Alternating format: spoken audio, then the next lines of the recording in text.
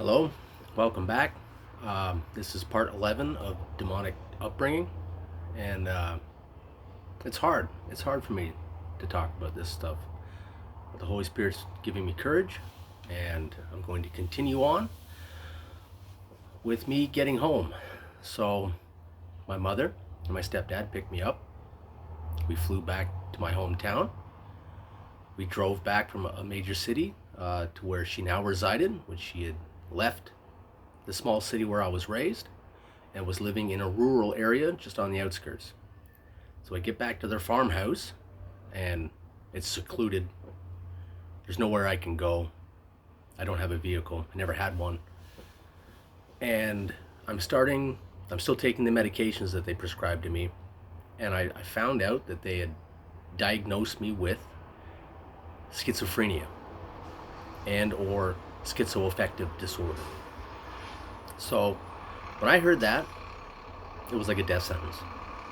Like I'm apparently, I found out that this is a faulty brain, and that I was born with this, and that this is never going away. There's no cure. I've got to stay on these medications forever, and my life may never get back to normal. And I just couldn't accept it. I just couldn't accept it. What I had experienced, I mean, I kind of drew a line to the way that I was living, but this has been with me my whole life, and it's only showing up now.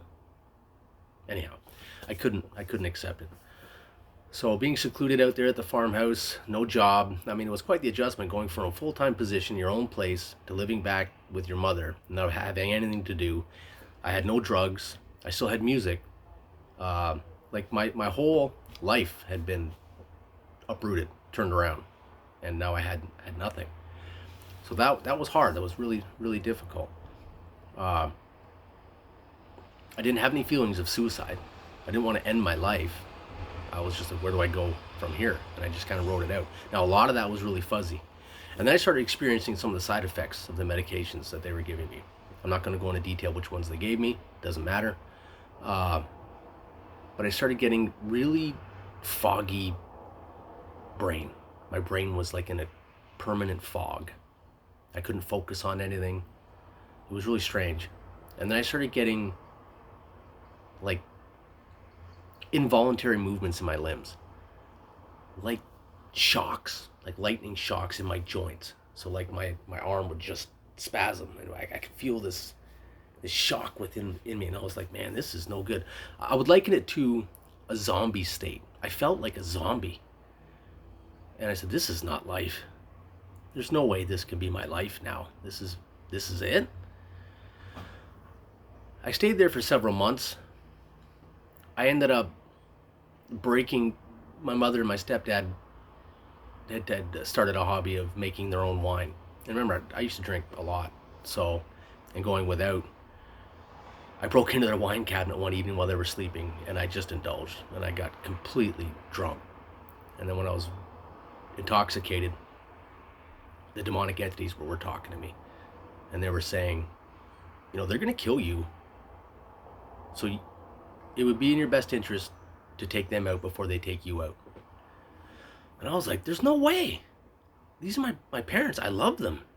And there's no way. Well, I was standing in front of their bedroom and they were sleeping, and I was processing it in my brain. I was like, dude, they're gonna kill me. So do I do this? And thankfully my mother roused, and she looked at me and she says, Jess, what are you doing? And I said, I should kill you. I should, but I can't. I love you. So they did the right thing. They got up, they called an ambulance, and the ambulance came and picked me up, and I struggled a bit, but the ambulance attendant was like a 300-pound dude. He was huge, and he held me down, and they took me to a local psychiatric facility. Now, in the large city, the psychiatric facility that was there, I don't know who picked up the bill for that. I don't know. God, I guess. because I never paid a dime. My parents never paid a dime. Anyhow, so I get to this other facility, and it's not quite as nice as the one that I was in before. Everybody's secluded. Again, more broken people, more suffering. And I only spent about 3 weeks there, and then they let me out. And there, I wrote some material and stuff, and was just trying to cope. Really, just feeling lost, zombified, and no future, which has basically been my outlook on my entire life. So I go back to live with my mom. I get sick and tired of living out there. I mean, yeah, I had no money, no anything like that. I convinced my dad to, actually not convinced, he let me move in with him in the city, where my younger brother was living in the attic, and he gave me a room there, and bless him. And I spent some time there, and then while I was there, I got in contact with some old friends before I moved out to the other side of the country, and it went right back into partying, clubbing. And my dad would give me some money here and there. I ended up getting a part-time job, at a movie rental place, and things were starting to kind of look up, but not really. I was still really wounded inside and really messed up. And people that I would see in this movie place, like their eyes would glow red, and it was just really freaky.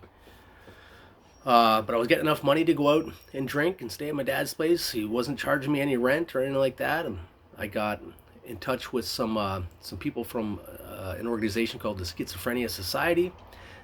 They really helped me out.